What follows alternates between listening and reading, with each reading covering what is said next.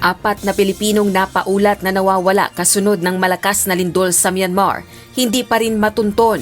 Nasa 150 iba pang Pinoy pinakaapektado ng kalamidad.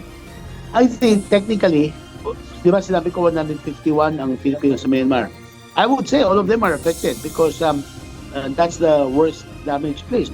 Wala pa silang sinasabi na wala na silang bahay, wala na silang trabaho. But we consider that they're all affected. May apat na nawawala o unaccounted for. Maaring meron pa, hindi lang namin alam. Philippine National Police hindi kumbinsido sa depensang self-defense ng road rage suspect sa Antipolo, Rizal. Mga lalabag sa election gun ban, planong patawan ng lifetime ban.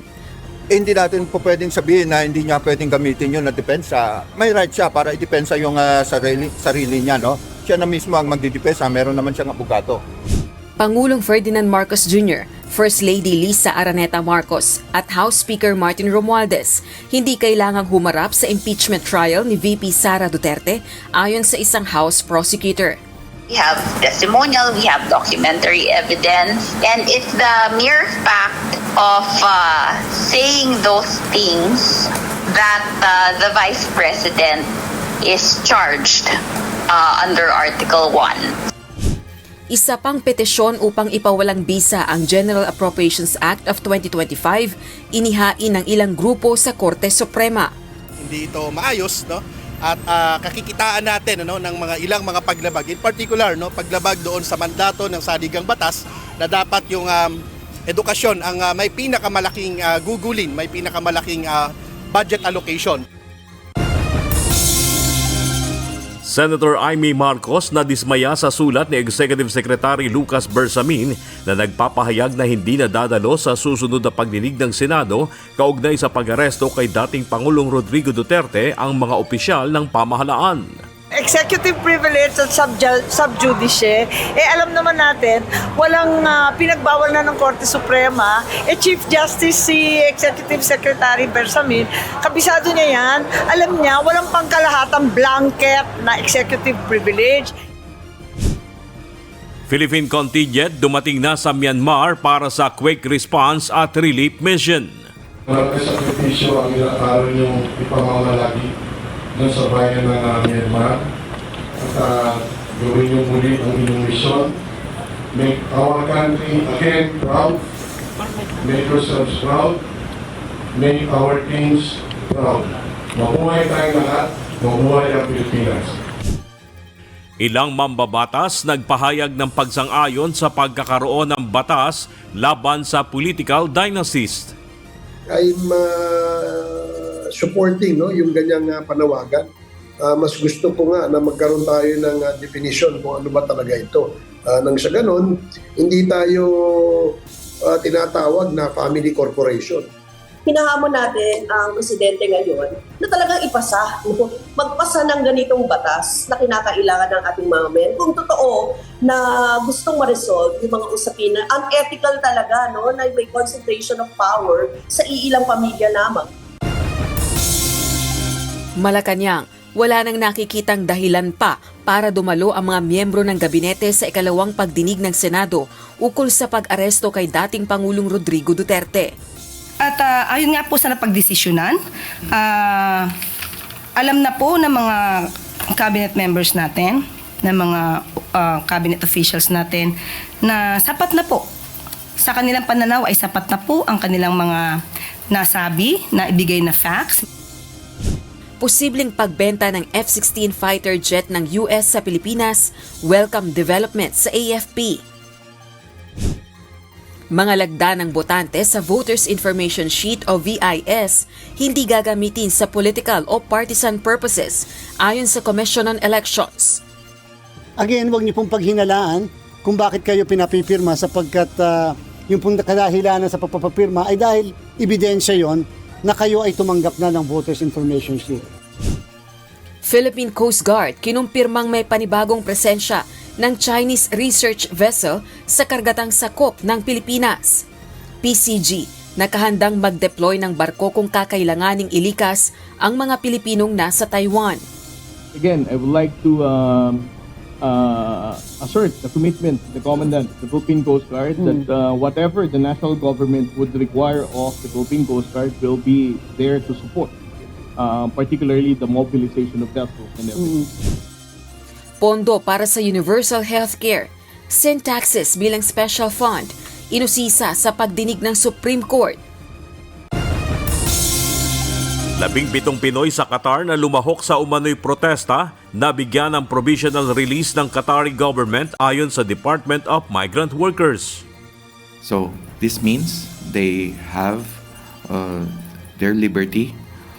Pending investigation, they're able to all go home to their respective homes in Qatar, in Doha, and able to spend time for themselves and their loved ones. MMDA Special Operations Group Task Force Head Gabriel Go nag-public apology sa ginawang pamamahiya sa isang pulis. Formally po na humingi po ng paunawa at of course gusto ko rin po magbigay ng humingi ng paumanhin. Hindi lang po sa ating kagalang-galang na commissioner but also directly to Captain Felipe po. Actually po, kahit hindi na po mag-apology sir, napatawad na po natin siya. Actually, sinusuportahan ko po siya dun sa crossings niya, again po dun sa illegal on cleaning on streets sa ating Metro Manila. Saludo po ako sa kanya dyan. Doon po sa, lastly po, it is my personal decision po to file a case for posting edited and spliced videos online na medyo nakasira po ng ating pagkatao. Russian-American vlogger blacklisted na sa Pilipinas matapos ang ginawang pambabasto sa mga Filipino ayon sa Bureau of Immigration. Filipino videographer ng Russian-American vlogger kasama sa sinampahan ng reklamo ayon sa Philippine National Police. Excuse me, madam. Sorry. I'm gonna rob you if you keep walking away. I want to give you money. No, okay. Okay, because you got a COVID mask, you liberal. Can I give you a kiss? No, I have a question for you. Hello. How's it? Hello. Razi. Papa.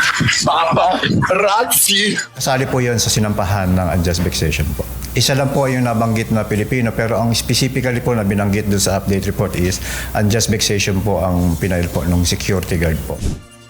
Government officials na hindi dumalo sa ikalawang pagdinig ng Senado sa issue ng pag-aresto kay dating Pangulong Rodrigo Duterte, isasampi na ayon kay Senator Amy Marcos. Ilang tauhan ng International Criminal Court nakapasok na umano sa bansa simula pa noong 2024. When we learned about the topics, kasi yung invitation ni Senator Amy was quite specific about the topics.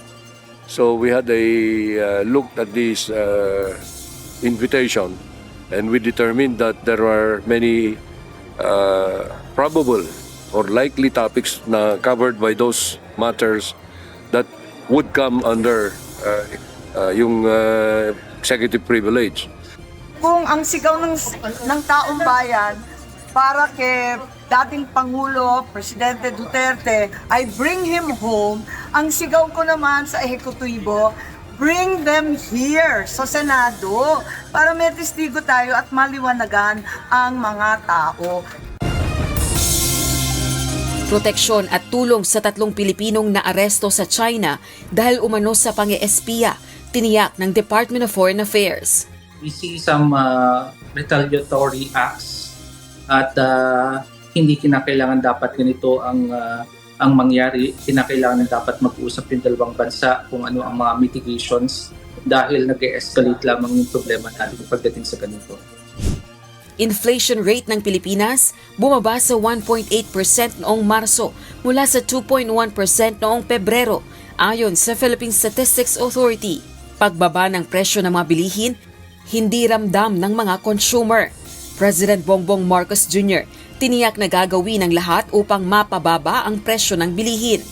Kumpara noon. Kasi yung 1,000 noon, ang dami mo na mabitbit. Ngayon, 1,000, 2 kilong manok lang, yun lang eh. Saka kunting gulay, wala na, ang sobrang taas ng mga bilihin. Kaya naman, Ang pamahalaan ay patuloy na gumagawa ng mga hakbang upang masiguro na may sapat at murang pagkain para sa bawat Pilipino. Pilipinas, hindi gaanong apektado ng 17% tax na ipinataw ng Estados Unidos sa import products. Economic opportunities maaring dumami ayon sa isang ekonomista. Tayo hindi masyado export dependent sa goods, tayo sa services, no? Kaya medyo naka-hedge tayo. Hindi tayo kasi hindi naman apektado yung services so far, no? Kaya ayun yung sources of growth natin. Pasig City congressional candidate na may hindi magandang biro sa mga single mother, pinagpapaliwanag na ng COMELEC. Well, I think na the fact na naglabas na ng show cause order ng COMELEC, pagiging batayan nito kung anumang hakbang kailangan gawin para maitama yung hindi po pwedeng to take lightly, no, ang mga issues ng katulad ng rape, katulad ng sexual innuendos. Sa mga na-offend, humihingi po ako ng dispensa. Kung kilala niyo po ako, hindi po totoo yung pinipinta nilang picture.